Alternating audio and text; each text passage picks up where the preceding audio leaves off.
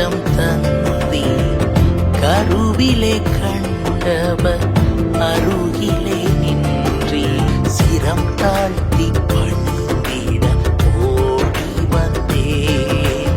மரம் எந்தன் சிரம் வைத்து ஆசீர்வதியும்.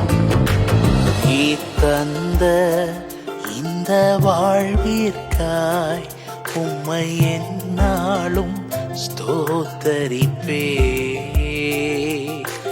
ஏன் இந்த அன்பு என் மீது உம்மை நன்றியுடன் துதிப்பே.